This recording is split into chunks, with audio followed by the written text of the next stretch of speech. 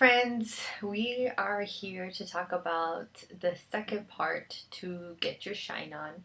The first part was talking about recognizing the different things that could prevent or hinder us from getting your shine on.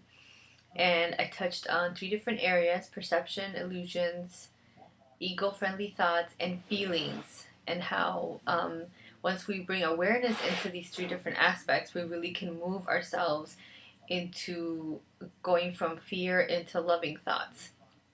Well, I thought that touching all three of them might have been a little too much. So instead of giving you more than one tool on reframing, which is the second R, we're just going to focus on one tool, which is huge and really useful, which is forgiveness. So the second part of getting your shine on is going to be to move from, now that we've recognized the things, the feelings, the perceptions, the illusions, the attacking thoughts the ego is giving us, we're going to now move into forgiving and really letting them go and releasing ourselves. So forgiveness is a great tool. The Course in Miracles teaches that forgiveness is the key to happiness. And why? Because really a lot of times when we think of forgiveness, we think that if we forgive someone, or as a whole, what I was talking about before, as a people, we let something go, something that's happened to us in history, we're really letting people off the hook. Well, the way forgiveness works is forgiveness actually allows us to release ourselves. And yes, in the process, we do release the person that could have hurt our feelings or caused us pain or suffering. But the most important part is really that we actually release ourselves. So that forgiveness doesn't really see a difference between the person that is feeling the pain and the person that was inflicting the pain. And what I mean by that is that's the ego creates the separation. You know, that you're suffering and they're not suffering, or that, you know, they're suffering but you're not suffering. In reality, you know, when one of us suffer, we all kind of suffer. Hence why my example of speaking of a people as a whole from last week and how we could really move into healing from that was important. So for instance, healing from World War One or healing from World War Two, and you know, different people were targeted in those different situations, or healing from slavery. There's a whole group of people that were really hurt and really suffered through these experiences. And forgiveness in these situations really means healing as a whole, as a person.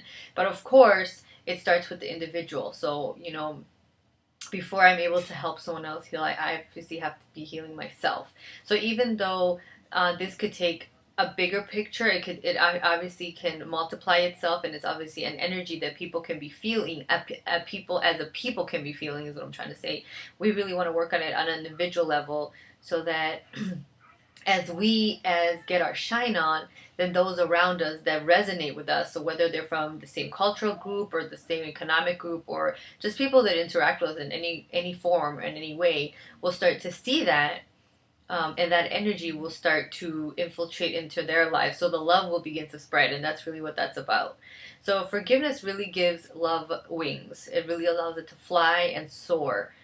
When you really move into the feelings of forgiveness, the release is immense, because anybody who's ever experienced forgiveness knows you feel like this whole weight is lifted off your shoulder and you no longer have to be upset.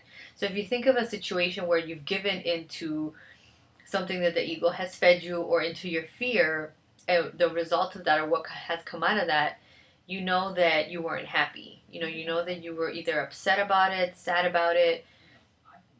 And we all feel this way when we're holding on to any kind of grudge or resentment. I think it'd be very odd to find a person that said that they were still upset about something and were actually happy that they were upset about it. So, like I said, whether it's on a grand scale or an individual level, and whether it's, you know, World War II, or, you know, your boss, you know, pissed you off that day, you know, it doesn't matter. The resentment is still there, and the release is still an important part of the second part, which is reframing. So really working yourself into forgiveness. There's a light and forgiveness meditation on my website that you can feel free to use. It's really good and really guiding you into finding that place within yourself where you're able to heal. And that's what a lot of these attack thoughts do to us. We see it as we're projecting back to the person, like we're hurting that person or we're attacking that person. In reality, what we fail to realize is that we're actually really attacking ourselves. We're attacking our own love and we're blocking it from extending into the other person. Of course, all of these things sometimes are easier said than done, depending on how hurt you were, or how long this energy has been created. So think about a grudge you held on to for a really long time. Even when you really wanted to get over it, it's just like it becomes harder to let go, because it's like, well, you've been holding on to it for this long. Why would you let it go now? And imagine a grudge that's held, among a whole group of people for a really long time. That kind of stuff. Then it's really hard to let it go, because a whole group of people, you've been holding on to it, and as you add numbers to something, there's more energy that feeds into it. So obviously, it strengthens itself.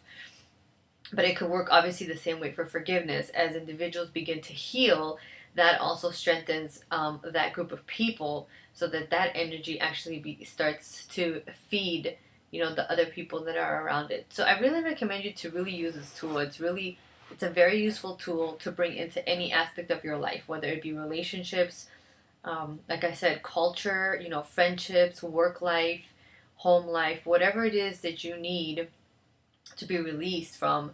Forgiveness is great, and really you really can use the other tools from the recognize section to really realize that you're needing maybe a little forgiveness into your life, and it's an immediate tool, sorry, that really guides us from fear into love, forgiveness. So please follow the meditation that I have on my website. Do the work, really let yourself feel whatever it is that is upsetting you or making you sad, and then really witness. That's what you need to do. You need to witness yourself move from those feelings of resentment and anger and sadness and whatever it is that are really propelled by fear, into moving yourself into love. And really all you need to do sometimes is just sit with whatever's going on with you for a little bit, bring some awareness into it, and really move the forgiveness into the space, and you will realize how magically and miraculously the things that you thought you couldn't let go of will begin to lift, and you'll feel a lot lighter, because as we carry burdens and as we feed into the ego's world, we start becoming very burdened. The world created by the mind of God is one of light. Everything's light in there, everything's fresh, everything is easy breezy, what I call it. Getting there for us is where we do the work, because we have lived in this split mind for so long. We don't recognize it sometimes. So the beginning part is recognizing it. The second part is really reframing, whatever you're feeling with love. And a great tool to bring in the love is really implementing the tool of forgiveness. Like I said, as we forgive, we really are able to release ourselves and release our brothers and sisters, humankind, at the same time. So I hope this helps you really embrace the second R, which is reframe, and look for the third part of this, which would be reuse. And then we talk about really how to take this new energy, now that we've transformed it from fear into love. Because sometimes when we have this new energy, we might not know what to do with ourselves, since it sometimes can be foreign to some of us and new. And we might need practice knowing what do we do now that we don't feel burdened. Like, I've been used to life upset and angry. So now what do I do when I'm happy and light? So the third step is really reuse, and look for that second part. In the meantime, practice your forgiveness. So check out the meditation and have a great night.